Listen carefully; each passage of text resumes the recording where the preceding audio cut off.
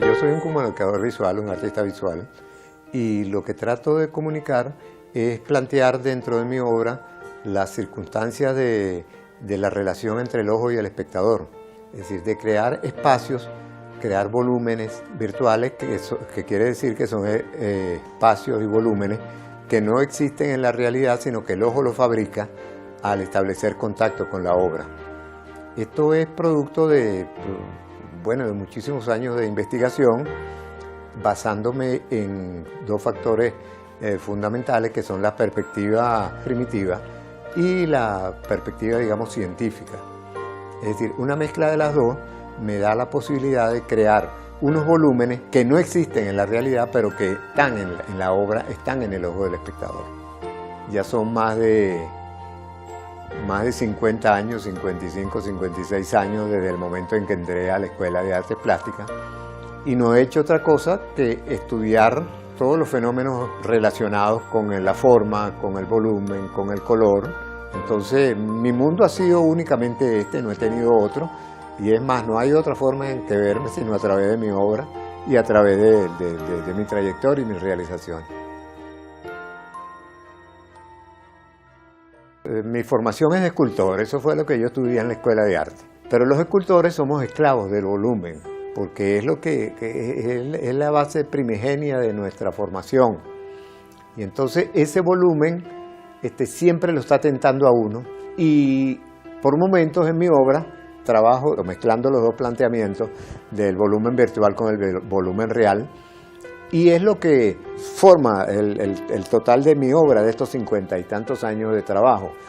Por lo demás, bueno, es fácil identificar que yo estoy dentro de lo que es el constructivismo. Mi formación realmente, digamos, profesional o ya madura, se da en París en los años 65, cuando voy a la Bienal de París a representar a Venezuela, y allí me encuentro con todos los planteamientos que se estaban haciendo para ese momento en esa ciudad, y el contacto con Cruzier, con Soto, con Lepar, con Vasarely, con todo lo que giraba alrededor de la galería de Denis René, que yo era en ese entonces muy joven, yo era un joven de 22 años, y es a partir de allí que yo comienzo todas estas investigaciones que se han ido desarrollando, que siempre se han mantenido dentro de una investigación progresiva y una evolución de mis planteamientos que están expresados teóricamente. El concepto ese de la inspiración es un término hasta cierto punto romántico, ¿no? La inspiración mía es bajar al taller, tomar los instrumentos de trabajo y comenzar a desarrollar ideas que por la noche, por lo general, en la soledad de la noche, las he ido construyendo, las he ido imaginando, y entonces bajo al taller y comienzo a construirlas. Pero naturalmente esa idea que surgió en la noche se va a transformar en la medida en que yo tomo las herramientas y comienzo a trabajar, comienzo a diseñar, comienzo a estudiar, comienzo a hacer las maquetas, y entonces eso va evolucionando y se va transformando. Yo también voy descubriendo cosas a medida que voy trabajando. Algunas son accidentales, pero las hago conscientes, y al hacerlas conscientes son mías, las comienzo a trabajar y las desarrollo. Yo trabajé la arcilla, yo tallé piedra, yo tallé la madera, hice obras en bronce y en aluminio. De hecho, las obras que obtienen el Premio Nacional de Escultura son obras en bronce. Posteriormente, cuando voy a París, en el año 62, empiezan a surgir unas nuevas ideas producto de todo lo que yo, no fue a París solamente, yo viajé por toda Europa. Pude ver la historia que yo conocí a través de los libros. Esa historia me hace reflexionar a mí mucho, y mi obra indudablemente va a sufrir un cambio, va a sufrir una evolución, y entonces uno tiene que empezar a inventar una técnica propia para poder desarrollar unas ideas que son propias, que no son las ideas tradicionales, y que entonces necesitan de una artesanía diferente, digamos, y de unas técnicas diferentes. Entonces yo comienzo a trabajar con las láminas de hierro, y que es hasta ahora lo que he venido desarrollando, es el hierro que voy doblando, que voy pintando, que voy cortando, y entonces con eso voy creando esa ilusión que es la ilusión del volumen, porque realmente a mí me satisface mucho, porque muchas de las personas que ven las esculturas inmediatamente tienen la necesidad de preguntarme cosas, porque las ven y a veces no se explican cómo es que son las cosas, aunque las entienden, las ven y las comprenden, pero necesitan saber qué es lo que pasa ahí, que entonces el espectador necesita como comunicarse con el artista, cosa que yo considero fundamental, que considero muy buena y me gusta mucho, es decir, comunicarse con el artista y hurgar más dentro de esa posibilidad, dentro de esa investigación y de ese estudio de cómo se ha llegado a esa conclusión. Bueno, mira, yo obtuve el Premio Nacional a los 22 años, yo era muy joven. A mí me dan el Premio Nacional, me lo otorgan en lo que se llamaban antes los salones oficiales o los salones nacionales de arte. Mi satisfacción hasta la fecha actual, es decir, siendo yo una persona muy joven, es que bueno, esa gente que yo digo esa gente, ¿no? Pero era Carlos Raúl Villanueva, era Miguel Otero Silva, era Inocente Palacio, era, qué sé yo, Elizalvida Zuluaga, la maestra Elizalvida Zuluaga y el maestro Pedro Ángel González, Harry Aben. Es decir, eran personajes muy importantes de la cultura y particularmente de las artes plásticas venezolanas, y entonces, entre otros. Y entonces el hecho de que se hayan fijado en mi obra, que hayan seguido un poco la pequeñita evolución que había, a esa edad no puede haber una gran obra, indudablemente, pero que hayan visto y me hayan otorgado el Premio Nacional, para mí eso fue importantísimo. Y afortunadamente, en mi caso, se convirtió realmente en un compromiso. Y la prueba de que se convirtió en un compromiso es que 50 años después, yo sigo comprometido con lo mismo. Y bueno, he visto mi obra en la Bienal de Venecia, en la Bienal de París, la he visto en Nueva York, en Washington, en diferentes sitios.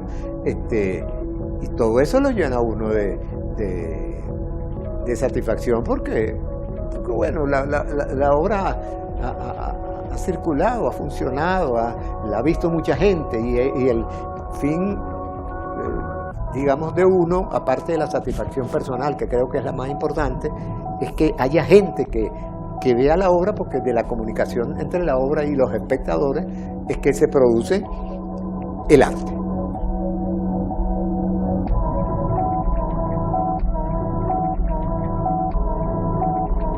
Bueno, sí, mira, yo sigo buscando, porque uno todos los días está encontrando cosas, y ni siquiera es que las busco, sino que las encuentro, las descubro. Por eso es que la obra puede continuar adelante. Entonces todos los días descubro algo, y ahora sí hay una cosa que me preocupa, que es el tiempo, porque el horizonte se va como ampliando, ¿no? Era un horizonte así, y ese horizonte se va haciendo cada vez, a medida que uno avanza, el horizonte se va ampliando. Y entonces ahora pienso que el tiempo no me va a alcanzar para ese horizonte que se amplía. Yo creo que hay muchísimas cosas más que estoy descubriendo, que estoy encontrando, y que no hallo cómo condensarla, cómo meterla dentro de un solo paquete y expresarla. Ni tampoco es lo que quiero, ¿no? Sino cada cosa a su debido tiempo y en su debida dimensión. Entonces, es hacia allí hacia donde voy, es decir, hacia allí hacia donde sigue mi obra. Es decir, tú puedes ver desde el año 68, 70, en que yo empiezo a exponer este tipo de obra, como cualquier observador que tome un poco la historia y vea que mi obra nunca se ha quedado en una sola cosa, es decir, que nunca empecé a repetirme una detrás de otra, o que de ahí hacia adelante no había más nada. No, mi obra, yo mismo, eso me lo estoy diciendo yo mismo, y además es lo que quiero y me siento satisfecho. Mi obra evoluciona todos los días yo tengo, y además es una inquietud mía. Es decir, yo no quisiera quedarme repitiéndome, sino mi conciencia no me permite que yo esté permanentemente repitiendo, sino que todos los días estoy buscando y encontrando cosas nuevas, y entonces que son las que me llevan adelante, y me imagino que esa va a seguir siendo la actitud, ya no voy a cambiar, por supuesto. El arte, unido a la formación que uno trae, la cual yo creo que en el caso mío, por haberme dedicado a una sola cosa, tengo una formación hacia todo lo que es la creatividad, lo que es la imaginación, lo que es el conocimiento, y lo hace a uno ser más comprensivo y más humano, y preocupado por el destino de la humanidad y de todo lo que es nuestro entorno, pues, de lo que es la vida. Y sobre todo cuando uno llega a esta edad, uno siempre está reflexionando, y entonces todo eso te hace comprender mejor las situaciones, ser más reflexivo, ser menos romántico, en el sentido de ya no estar creyendo sino en las cosas que son posibles, y amando todo lo que nos rodea, particularmente los animales, la naturaleza y el ser humano, ¿no? Y el ser humano, que yo creo que eso es importante. Los animales, por ejemplo, para mí juegan un papel muy importante. Yo siento que los animales lo hacen a uno más humano y más tierno. El hecho de proteger un animal, de ver sus limitaciones, así como sus posibilidades, lo hace a uno comprender mejor la vida.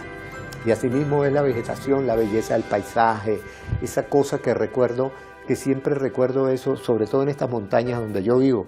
Cuando yo era estudiante a los 14, 16 años, que íbamos a una clase de paisaje con el maestro Carlos Cruz Diez en Los Caobos. Yo me acuerdo que yo era un muchachito, y yo pintaba todo verde, los árboles. Me decía, mira, pero tú no ves los rojos, los violetas, los amarillos. Y yo pensaba y decía, como que está loco, ¿cuál es rojo, cuál es verde y cuál es amarillo? Ahora yo paso por estas montañas o me asomo a la terraza de mi casa y veo la cantidad de verdes, amarillos, azules que están en la misma montaña, la cual yo veía solamente verde. Entonces a mí me enseñó a ver eso Cruz Diez a los 14 años. Entonces todo eso lo hace a uno tener un horizonte, como decía anteriormente, mucho más amplio, y asimismo es en las cosas del corazón, del afecto, de la inteligencia, lo hace a uno desarrollarse, pues ese es el desarrollo del ser humano.